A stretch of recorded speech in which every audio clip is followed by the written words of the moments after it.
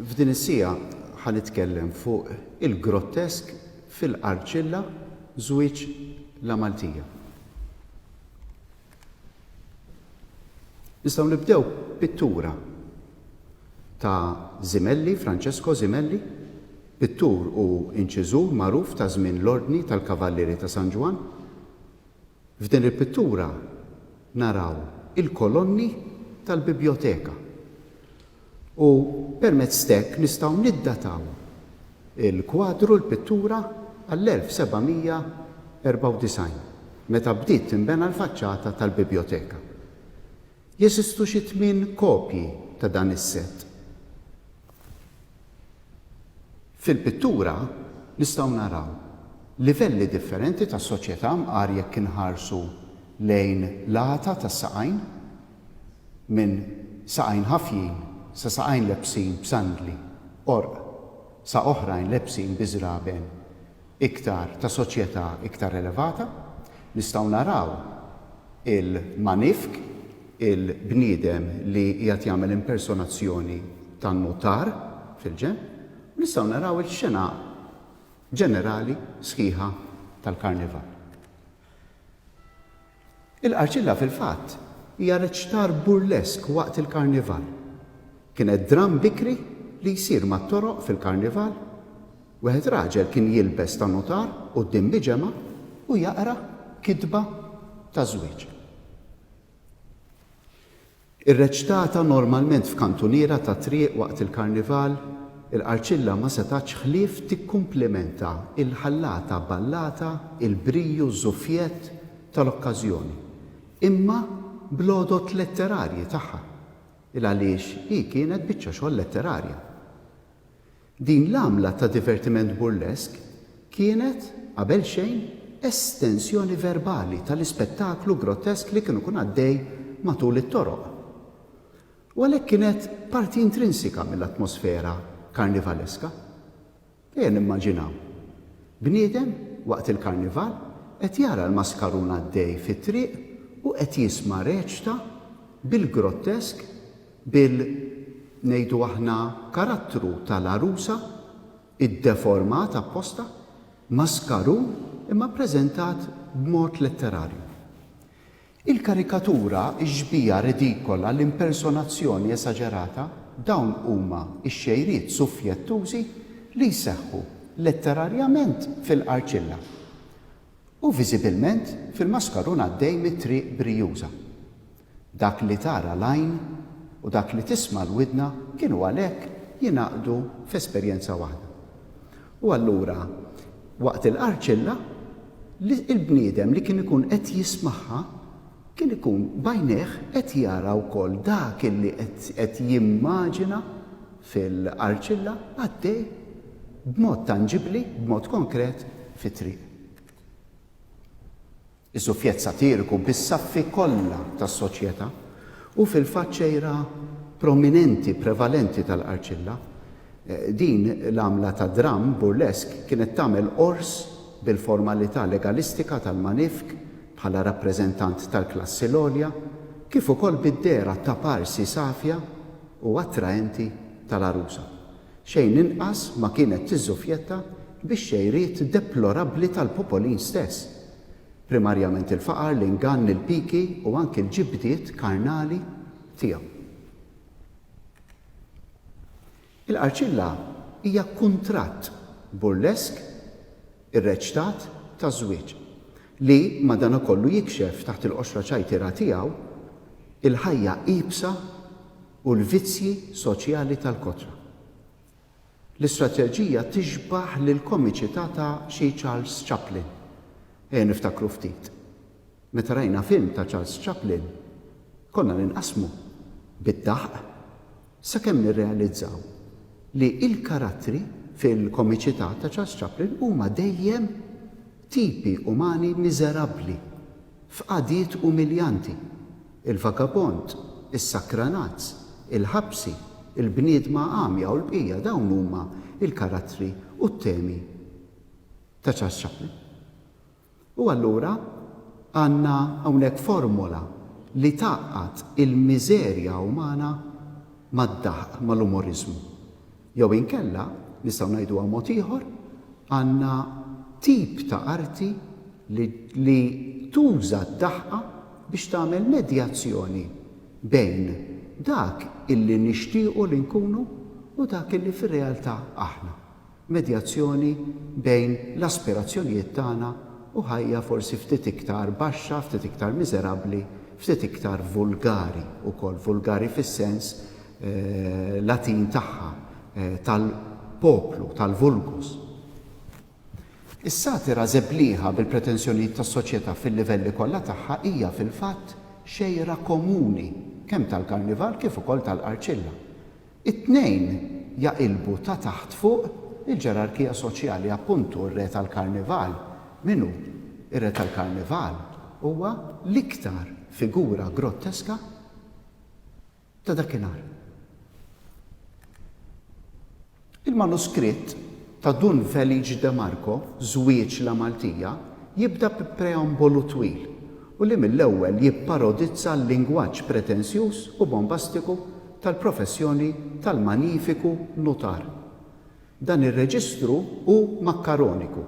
Makkaroniku jiġifieri jħallat lingwi differenti flimkien. F'dal każ iħallat il-Latin u t-Taljan mal-Malti vulgari bilan li l-idjoma kolta u r-reġistru baxx jingħaqdu flimkien, jintiżġu u jsiru espressjoni waħda li bekk issir grotteska.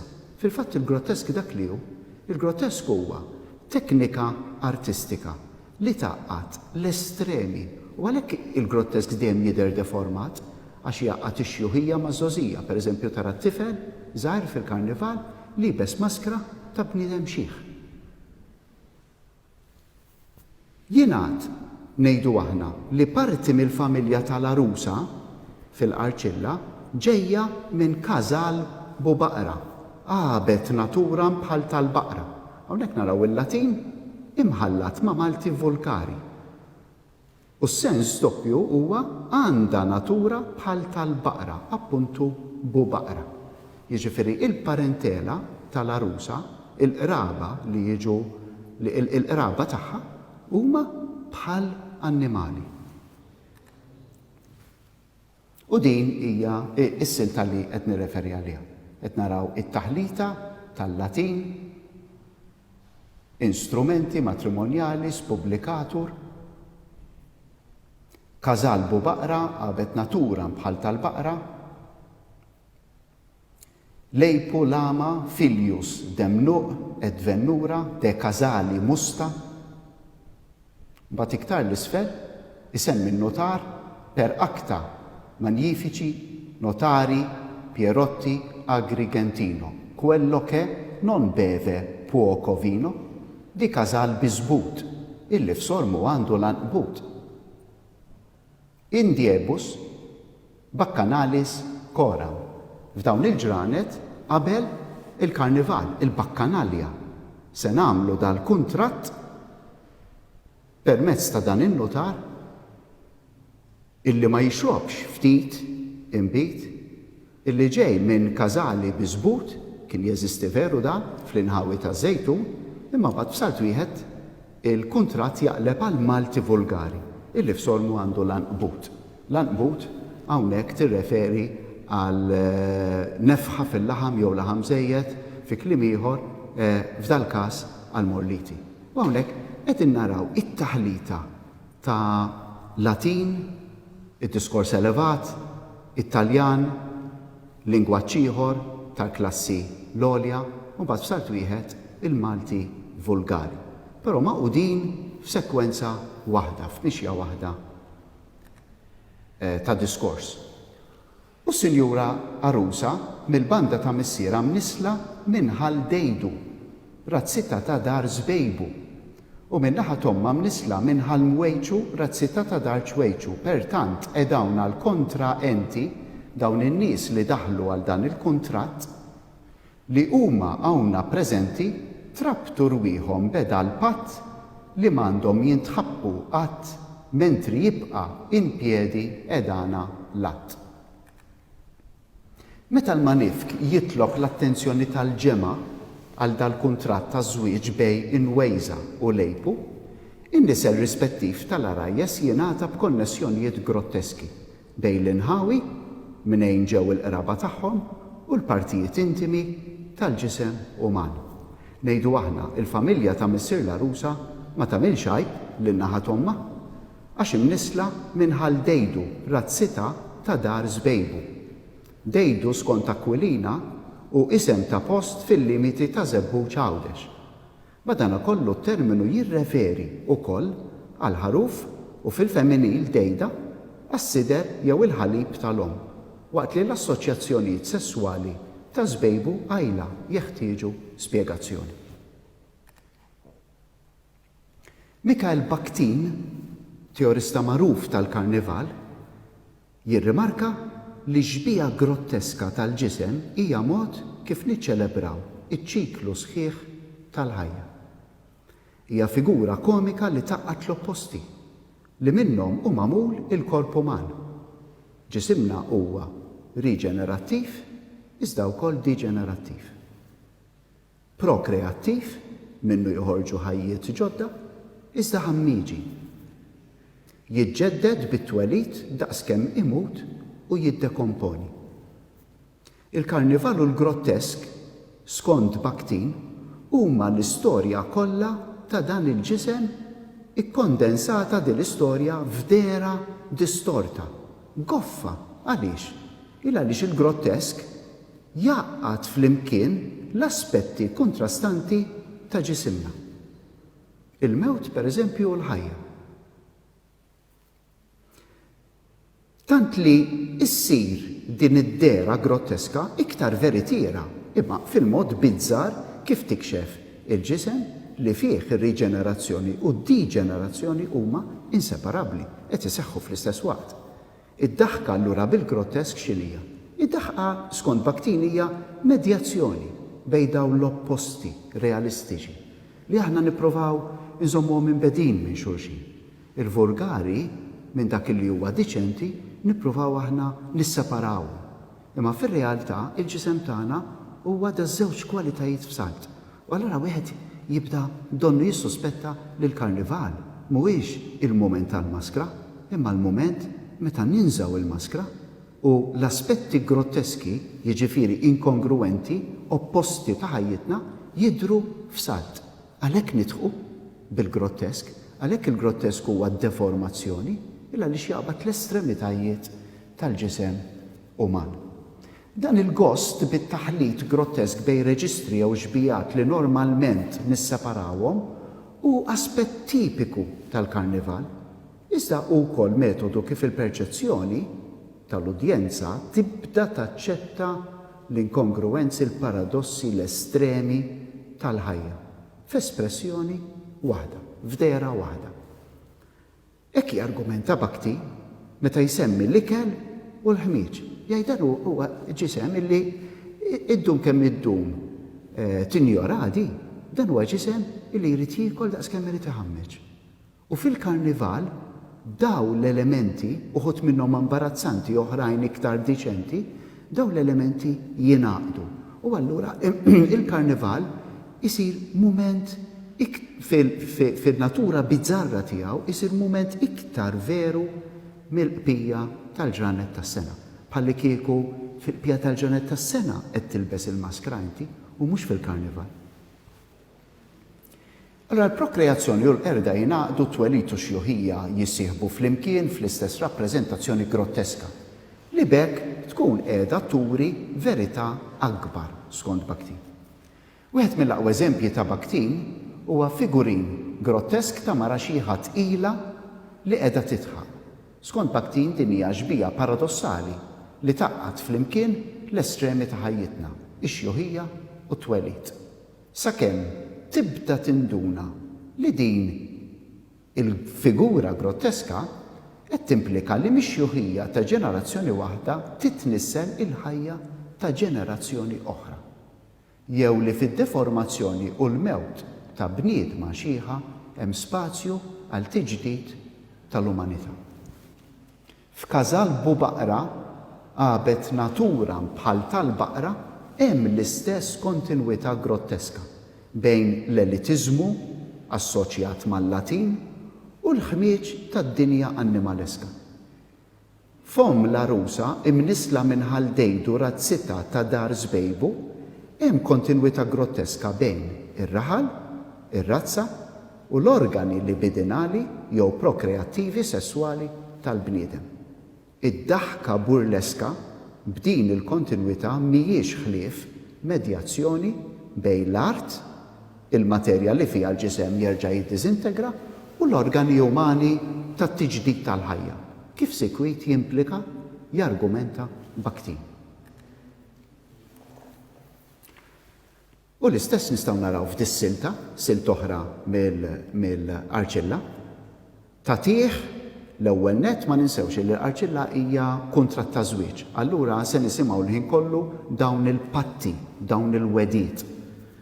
Tagħtih l-ewwel nett skont dan il-kuntratt għalqa ta' żewġ ħjut. U siqja bla anqbut muswafa mill-banda ta' fuq fil-kontrada tardum fost il-widien u hija l-aħjar fost il-ġirien, appellatar tal-lembuba banda sigrita minsuba.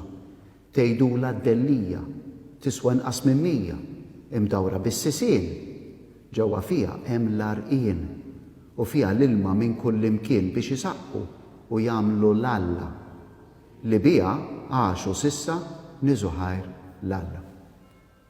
Il-konnotazzjonijiet sessuali huma evidenti, muswafa min-naħa ta' fuq, edha fil-kontrada fl-inħawi fin-naħa tardum fost il-widien u hija l-aħjar qalb il-ġirien, qalb dawk ta' madwara. Issejjaħ appellatar, issejjaħ lill-lembuba, banda sigrita minsuba, issibuha f'post sigrit, tgħidula d-dellija għax dejjem mottija. Din mhijiex biss deskrizzjoni tal-qa, din hija deskrizzjoni tal-anatomija tal-partijiet privati ta' mara. U allura f'din id-deskrizzjoni ta' parsi ta' għalqa li se tingħata lill-arus, fil-fatt hemm il-mara li se tingħata lill-arus. U il-mara u l-għalqa qed jiġu deskritti bħalli kieku huma l-istess ħaġa. Imma anke hawnhekk qed naraw il-kontinwità tipika tal-grottesk bejn l-art fertili u l-partijiet tal-mara, il-mara li hija daqstant fertili. Il-kelma Alla hawnhekk tirreferi għal prodotti. Imma kien fitxu f'Akwilina nsibu li Alla tintuża kemm għal prodotti tal-eliqi, l-elejjel għadna ngħidu kultant fl-ambjenti rurali tagħna. U Alla tista' tirreferi wkoll għal wilt, il-wilt tal-bniedem jew inkella l-wilt tal-annimali.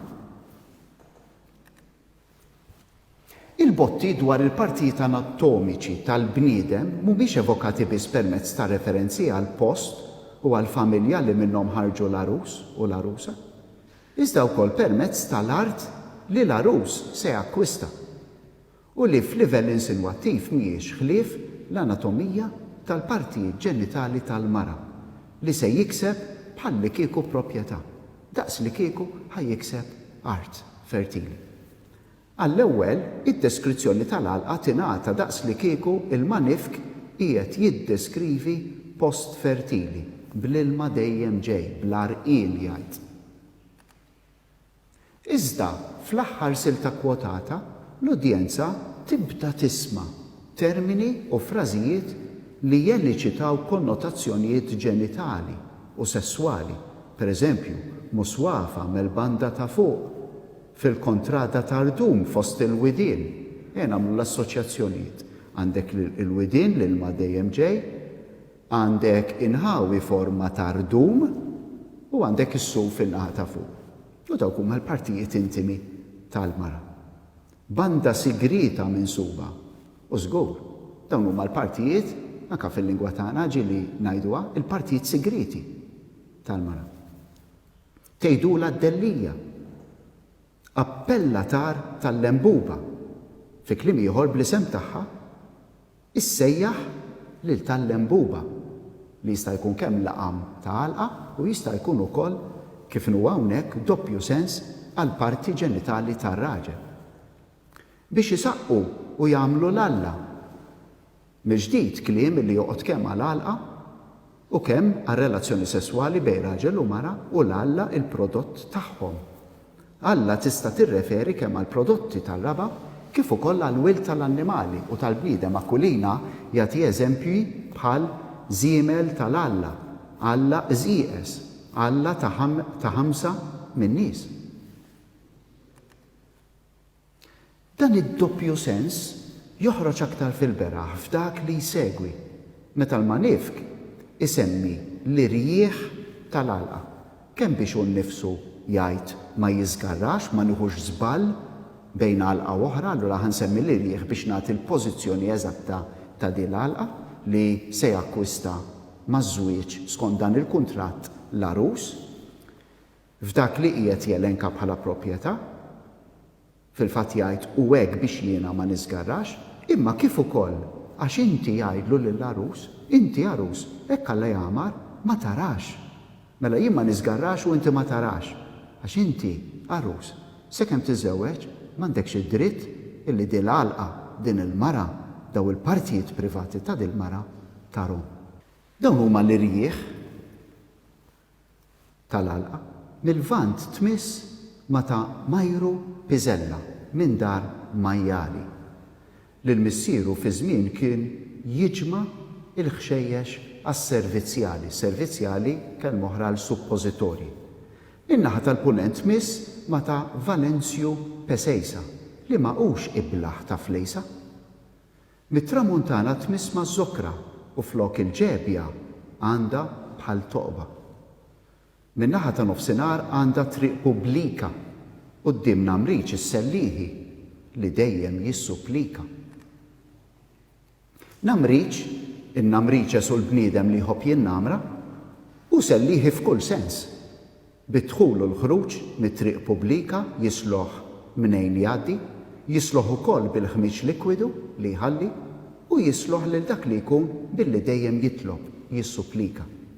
Din l-ambivalenza, dan il-lob bejn tifsiriet differenti, jiġifieri r-rikkezza fl-inwendo fid-doppju sens b'Namriċ is-sellieħi tħalli ftit dubju x'tista' tkun it-triq pubblika jew użata minn kulħadd li tagħti għall-għalqa b'anatomija ta' mara, din l-għalqa tmiss ma' Żokra minn fuq, ma' Valenzju Pesejsa u ma' għalqa ta' familja tas-suppożitorji mill-ġnub u ma' Namriċ li kemm jaqsam it-triq pubblika għal ġofija minn isfel.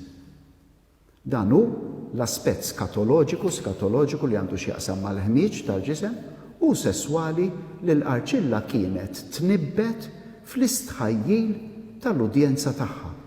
Mhux bl-istqarrija diretta, iżda bil-mekkaniżmu tal-analoġija grotteska bejn għalqa fertili li tagħti l-Alla veġetali u l-bniedma fertili li tagħti l-Alla jew il-wild uman.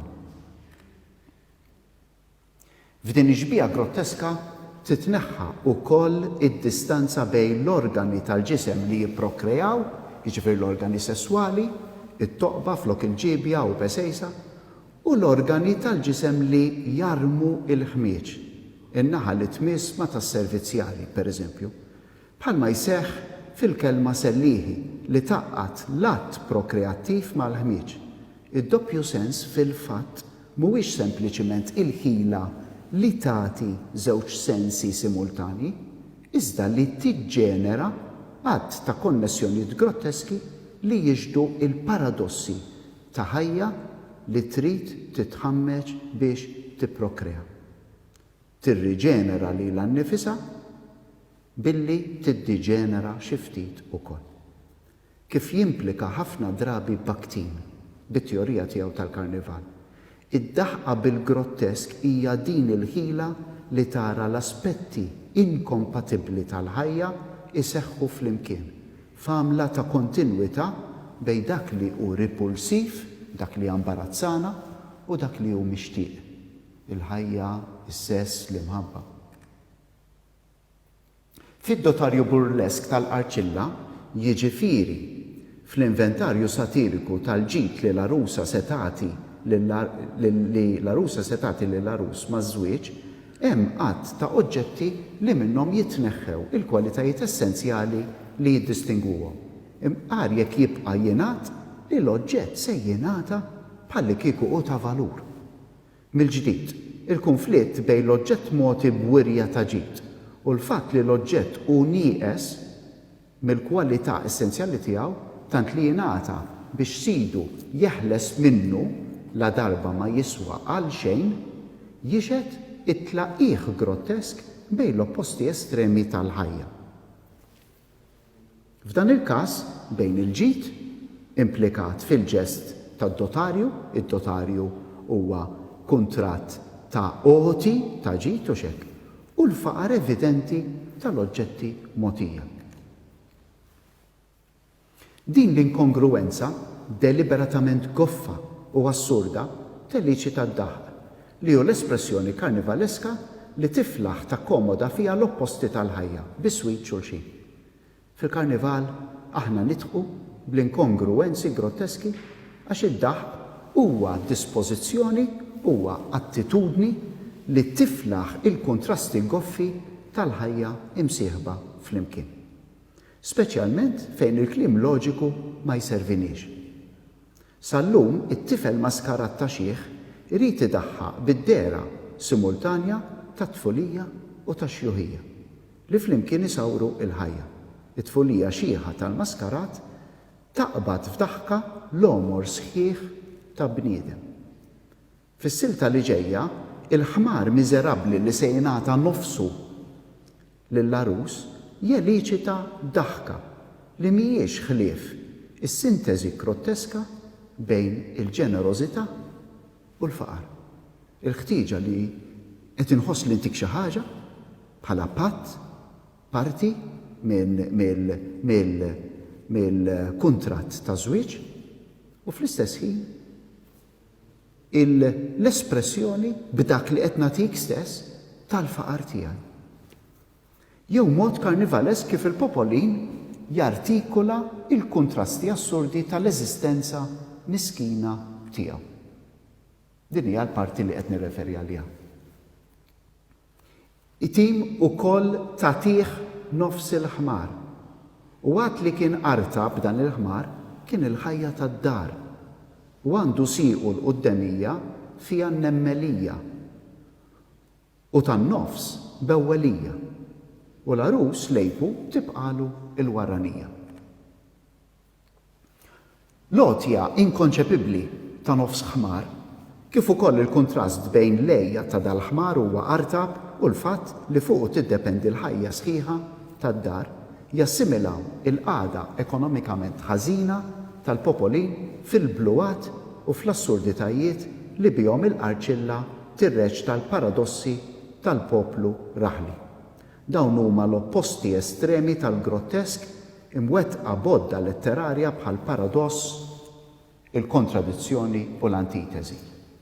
Meta l-ħmar jinqasam fis-sieq ta' quddiem maħsusa dis-sieq għaliex għax bin-nemmelija jiġifieri għandha sensazzjoni ta' serbut nemel, jiġifieri hija sieq imtarxa, sieq oħra bewwelija b'allużjoni ovvja għall-organu sessuali tal-ħmar u f'oħra waranija li hija il-parti, l-unika parti li se tingħata lill-arus.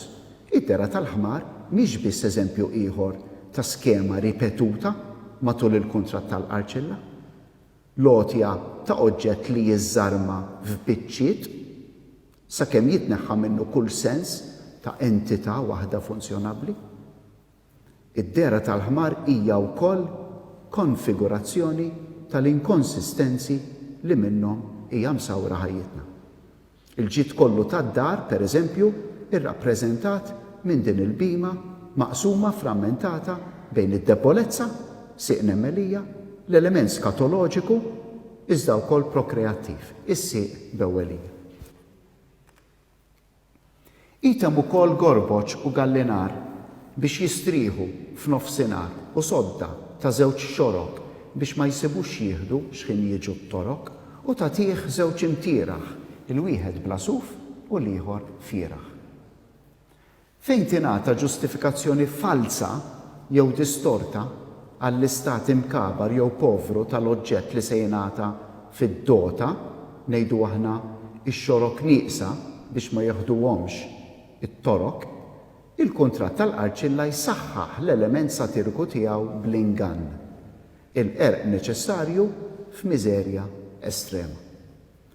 Bħal pleonazmu plasuf u fieraħ, pleonazmu jiġifieri żewġ termini li qed ifissru l-istess ħaġa, li jiddeskrivi l-istess stat vojt ta' żewġ imtieraħ, is-sodda imnaqsa għal żewġ xorok bl-iskuża anakronistika li hija mingħajr xorok biex ma jieħduhomx it-torok, essenzjalment is-sodda ma teżistix. Għax il-parti essenzjali tagħha ix-xorok huma nieqsa, hija nieqsa. Forsi l-aktar ġbijat kommoventi f'dan ir-rigward huma tas-senduq u tan-newl. Wieħed gradwalment jonqsu l-ġnieb kollha tiegħu waqt li qed jiġi spjegat fid-dotarju u l-ieħor in-newl spjegat bħala newl li kien intuża ftit minn nanna tal-arusa. Sakemm dan newl jibda jiżżarma biex l-injam tiegħu jintuża l-partijiet oħra tad-dar. Itim ukoll tagħtih senduq la fih isfel u lanqas għata fuq u bit-tafli tal-iġnieb nannuha għamel l-ibwieb. Item ukoll tagħtih newl ġdid li nannita niżġed fih ftit. Biċċa nieqes, biċċa mkisser kif huwa hawn mniżżel jonqsu l-ewwel nett il-waqqafiet li kien missiera għamilhom koġd beniet u la fih l-ebda qasta u lanqas u la moxt u lanqas mekkuk u la msirek u lanqas lembub, la mitwa isfel u lanqas fuq u l-felka u żerquna saru il-koll biċċa daqs kemmuna u d-def u n-nir kollha miksurin. Dawn huma il-partijiet tan-newl essenzjali għan-newl li huma neqsin minn dan il-newl li se jingħata f'dad-dotarju. Jekk tott in-nieqes hemm iktar nieqes milli hemm partijiet eżistenti min-newl, sakemm il-burlesk jibda jikkonvinċik li dan newl ma jeżistix. Is-senduq, il-kontenutur tradizzjonali tal-ġid tad-dar, wieħed jista' iqis il-proverbju b'ta' fuq u senduqu, safa huwa nnifsu nieqes għal kollox, għax minflok jaħżen l-għana fih spiċċa jagħti il-partijiet kollha tiegħu għal ħtiġijiet l-aktar bażiċi tad-dar, l-ibwieb. Mill-ġdid, din ir-rappreżentazzjoni burleska ma toffrix biss il-paradoss ta' senduq mogħti mingħajr il-komponenti essenzjali tiegħu, ir-rappreżentazzjoni burleska qiegħda sservi wkoll bħala għodda satirika li taqqat flimkien l-idea tal-ġid maħżun is-senduq u l-idea opposta ta' skarsizza tal-ħtiġijiet bażiċi li ġġelek iddur mhux biss għall-kontenut tas-senduq imma għas-senduq innifsu, għall-injam tas-senduq biex tagħmel il-ġnub tal-bibien. It-tensjoni bejn dawn l-opposti tinħall fid-daħka sardonika, ċinika, grotteska, imma xi ftit ukoll kommoventi għax bħal medna dwar Charlie Chaplin tibda tirrealizza li d-daħqa hija bir-realtà tiegħek stess, bil-faqar tiegħek stess. L-istess għaqda burleska bejn l-aspetti kontrastanti tal-ħajja din id-darba il-ġdid u l-qadim tidher fin-newl. In-newl jisejjaħ ġdid, imma dan huwa eufemizmu. Għaliex? Għax eżattament wara jingħad li n-nanna niżġed fih ftit u jekk użatu n-nanna dan newl. Nistgħu nimmaġinaw kemm kien ġdid dan newl nieqes mill-partijiet kollha essenzjali tiegħu. Bl-implikazzjoni opposta li dan kien ta' nannet l-arusa u wasal għand l-arusa bħala wirt imkabar u bla siwi. L-inventarju tipiku tal-kuntratt tal-Arċilla ironikament jaqdi l-oppost tal-funzjoni tas-soltu tiegħu. Minflok dotarju li jelenka dak li se jingħata, isir dotarju li jelenka jagħti lista ta' dak li huwa nieqes li l-familja m'għandix. Apparti d-dota, il-kuntratt fih ukoll serje ta' pattijiet kemm dwar x'għandu jagħmel l-arus wara żwieġ, kif ukoll dwar l-attributi tal-arusa, l-imġiba tagħha wara żwieġ. Fl-ewwel silta minn dawn li jsegwu, ir-referenza għal piki bejn l-irħula u s-sens ta' ġemma raħlija bl-identità separata tagħha huma evidenti. Fit-tieni silta il-paradoss, l-iperbole, l-esagerazzjoni u l-eufemizmu bil-fiżjonomija tal-arusa jilħqu il-livell ta' maskarum grottesk. U fl-arusa allura nibdew naraw l-istess maskarum illi kif għadt fil-bidu jidher b'mod tanġibli għaddej fit-toroq waqt il-karnival. Is-silta hija di. Item ukoll tagħmillu patt illi l-arus m'għandux iżewweġ l-uliedu man-naxxarin għaliex rifsu l-bandiera ta' Birkirkara kienux nies kefrin. Item ukoll tagħmillu patt illi l-arusa hija tewmija u minn wara ftita ħodbija u dnejha naqra qsar jixbħu il-tal-ħmar u ħalqa nitfa kbir gedduma bħal tal-ħanżir. Imneħira daqs l-imdina imma f'wiċċha jagħmlilha żina. U kull min jiġi jżura toħroġ tilqgħu u ddaħħlu ġewwa l-kċina. U għajnejha żina fuq il-ħaddejn minn waħda għamja werċa mill-oħra ma tara xejn. Il-grotesk ma jeżistix fil-letteratura u fil-karnival Malti biss. Għandna inċiżjonijiet, għandna pitturi tal-grotesk anka f'kulturi oħrajn. U qed naraw anka f'din il-rappreżentazzjoni ta' James Wells Chepney l-istess teorija qed taħdem l-esagerazzjoni, d-deformazzjoni tal-ġisem uman illi fih iridu jidhru elementi anki annimaleski. Id-dera tal-arusa ftita ħodbija b'widnejha ta' parsi qsar li fil-verità huma bħal ta' ħmar, l-eufemizmu ieħor dwar ħalqa li huwa ftit kbir, jiġifieri kbir ħafna, bix-xebħ iperboliku bejn gedduma u dak il-geddum ta' ħanżir, issegwi t-teorija tal-grottesk.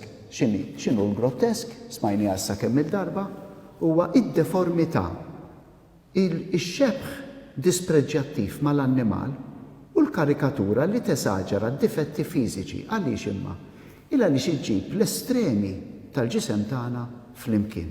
Dak li joġobna u dak li forsi nambarazzaw ruħna bih u nippruvaw insebħuh, intejbuh, nruħ aħjar milli hu, imma li finalment għandu in-natura tiegħu.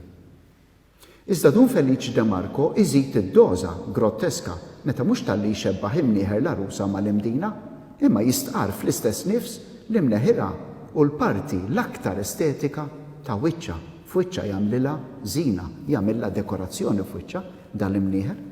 U jekk minn għajn waħda hi għamja werċa u mill-oħra għamja għal kollox, dawn xorta waħda huma żina fuq ħaddejha, huma tiżjina fuq ħaddejha.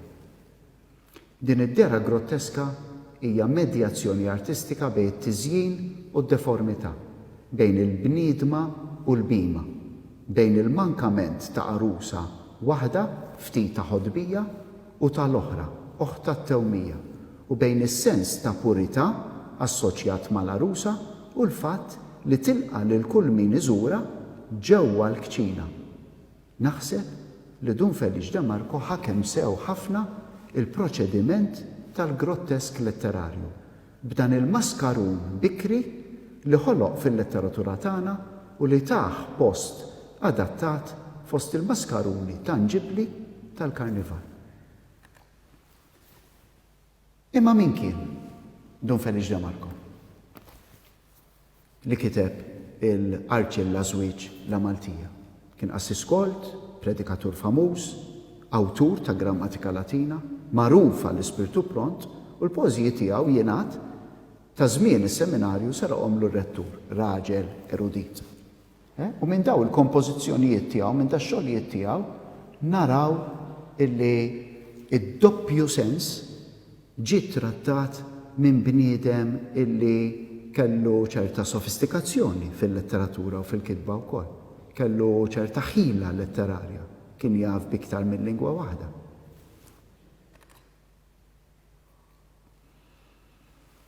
Il-arċilla u il-grottesk fiha illum saru oġġett ta' studju intensiv mill-università, però anka minn riċerkaturi privati, individwali. Għandna dal-ktieb pereżempju Don Felice De Marco l-arċilla fil-Karnival tal-1960 ta' Konrad Fenech, studju li ħareġ mit-teżi tiegħu tal-BA. U nuri dan juri illi mhuwiex il-grottesk mhuwiex teknika li għandna nissimplifikaw. Lanqas mu gost bid-deformazzjoni illi warajh m'għandux filosofija dwar l-estremi tal-ħajja umana, dwar il-klassi elevata pereżempju u l-klassi l-baxxa kif rajna fil-pittura tal-bidu. Id-drawwa tal-arċilla fil-fatt infirxet ħafna. U nsibu kemm il-arċilla ta' Don Felice De Marco riprodotta kultant anka mingħajr konoxxenza, mingħajr referenza għall-awtur tagħha. Però nsibu wkoll riċa l-oħra. Bħal dan, żwieġ, bħal din, żwieġ Awċi, ossija kuntratt fit-tul miktub poeżija minn F. Caruana.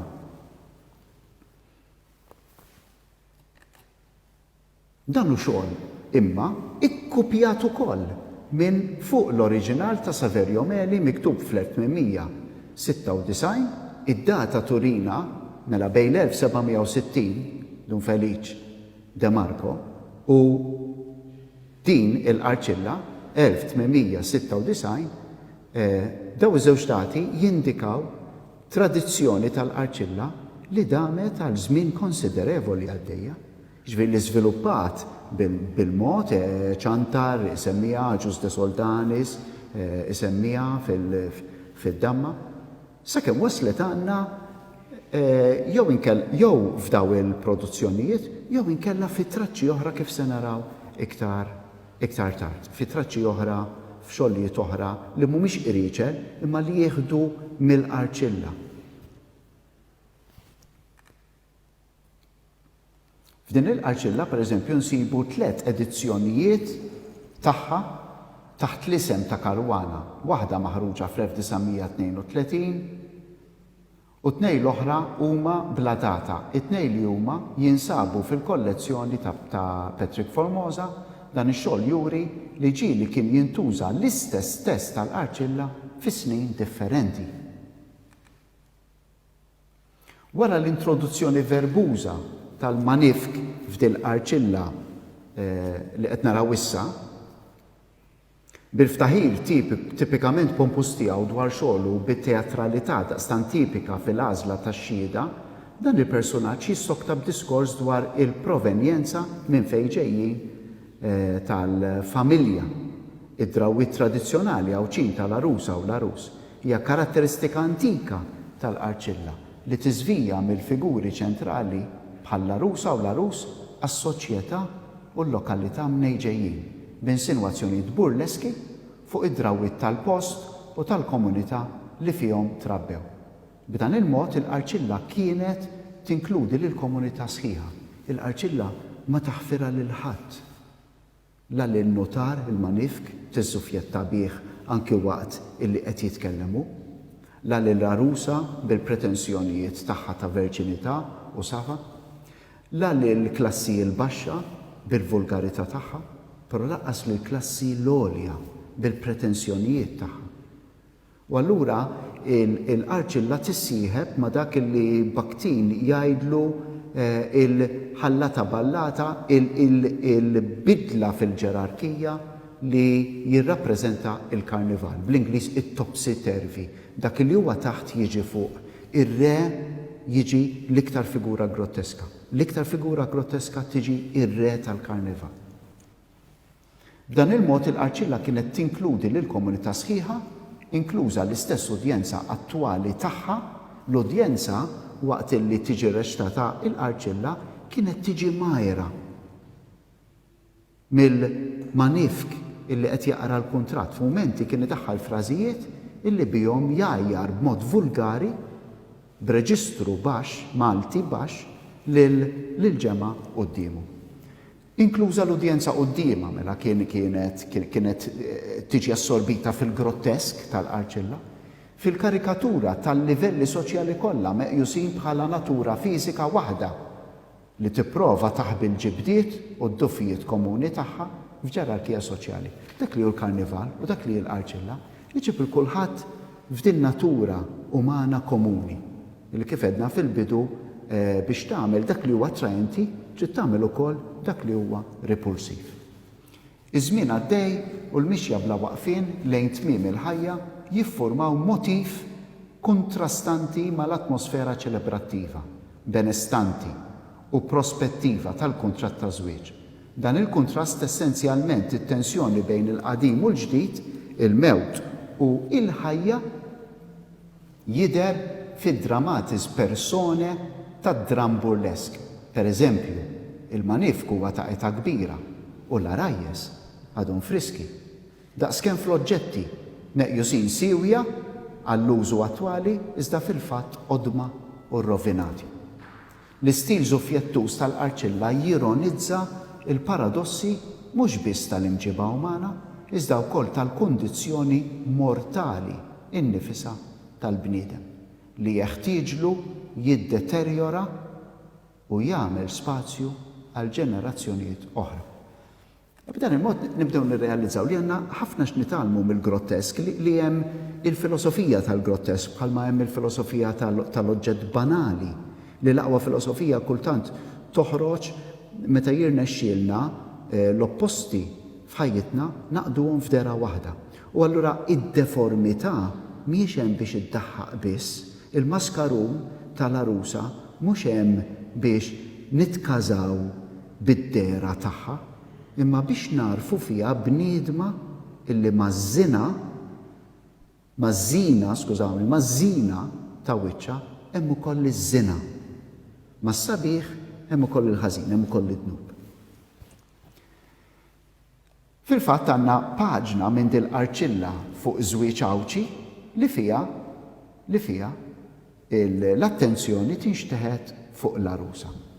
U hija deskritta bħala tifla tajba u biżla, imma fuq ruħha u spirituża.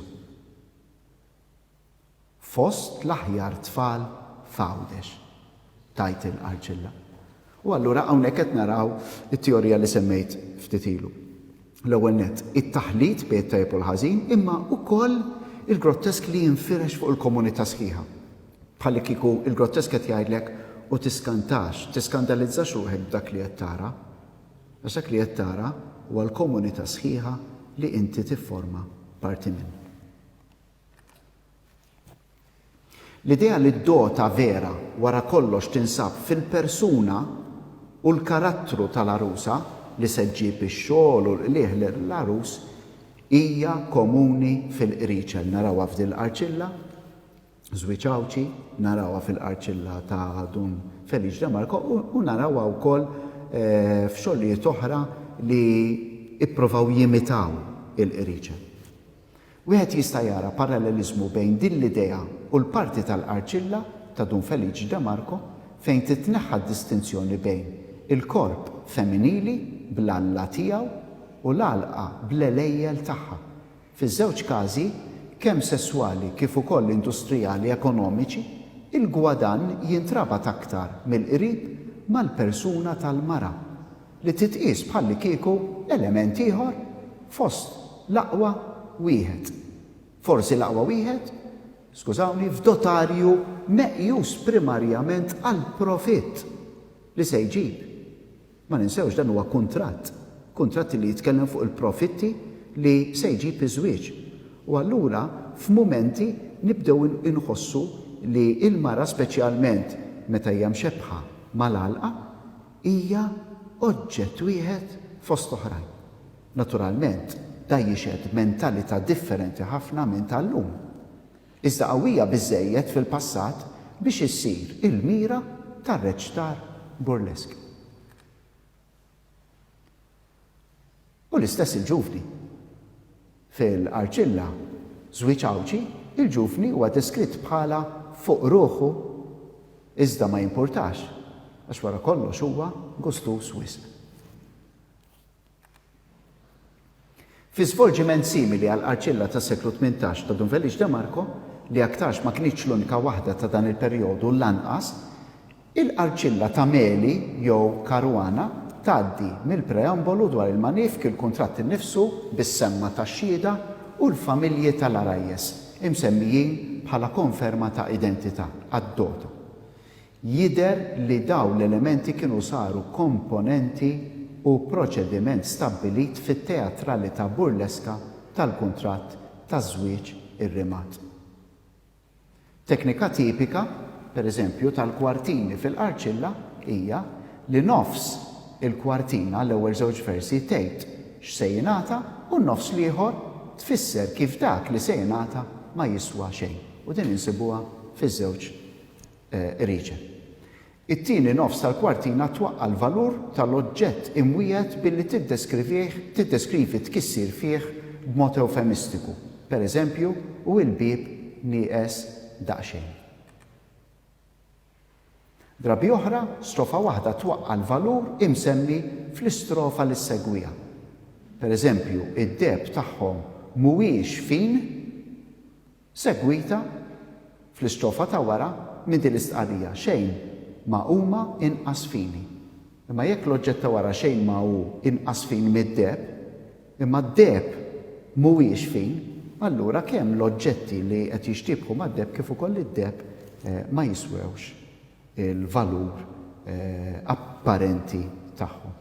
Teknika oħra hija li jissemma oġġett li minnu titnaqqas parti essenzjali li tiddefinih. Pereżempju, huwa arloġġ bil-magna antika, speral bla minutieri.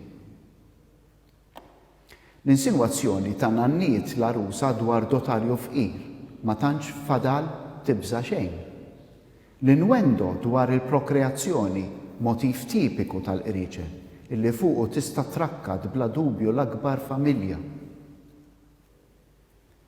U strapontin mill-banda l-oħra issaqqu il-mitraħ strapontin, mela l-mitraħ li fuqu tista' traqqad familja sħiħa bil-konnotazzjonijiet tal-alla u tal-produzzjoni, il-prokreattività u s-sesswalità li semmejna qabel, imma mill-banda l-oħra dan huwa saqqu strapontin li timplika saqqu żgħir magħmul minn materjal fqir bħalma kienu jużaw il-baħrin.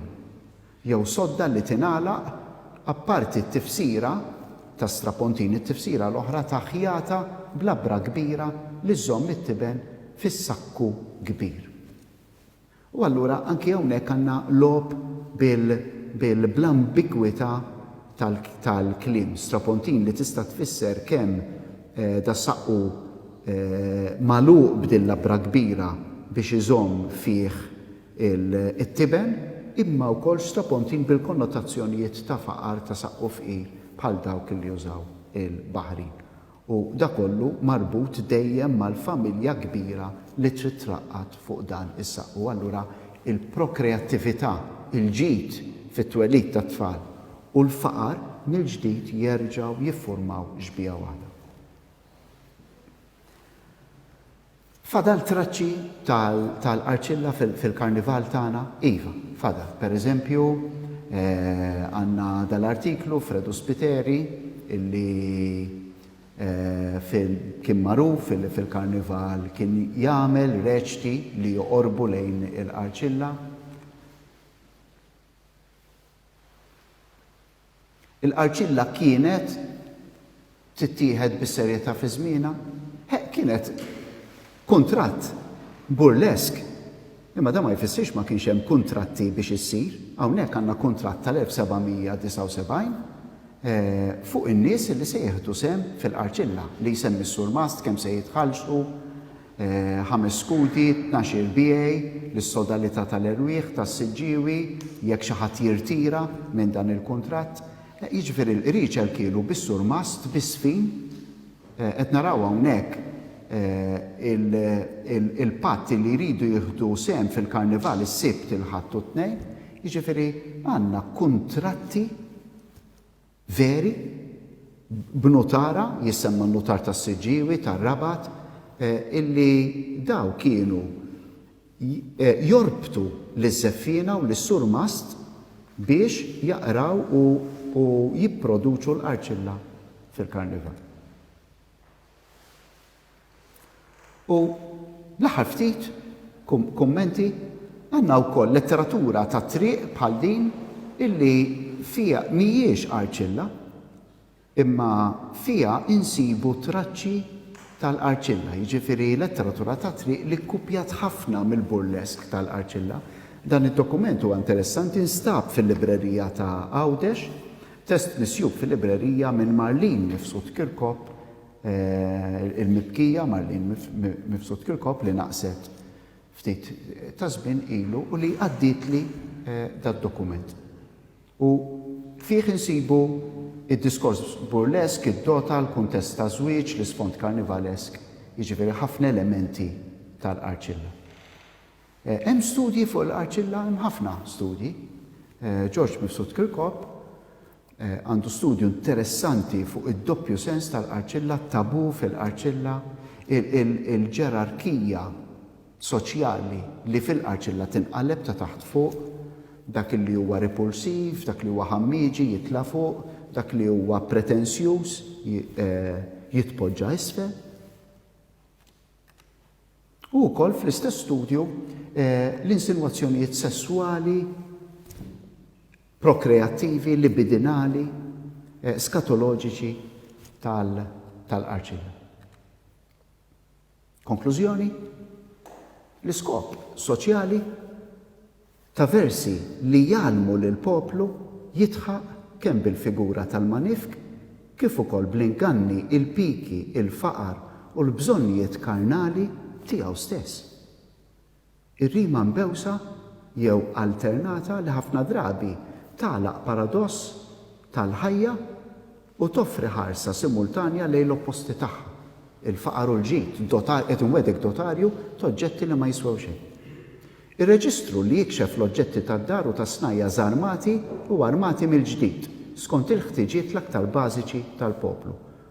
U x-xejriet fiżjonomiċi tal-mara grotteski sal-punt li żbuħija u l-kruwa, is-safa u l-immoralità isiru ħaġa waħda.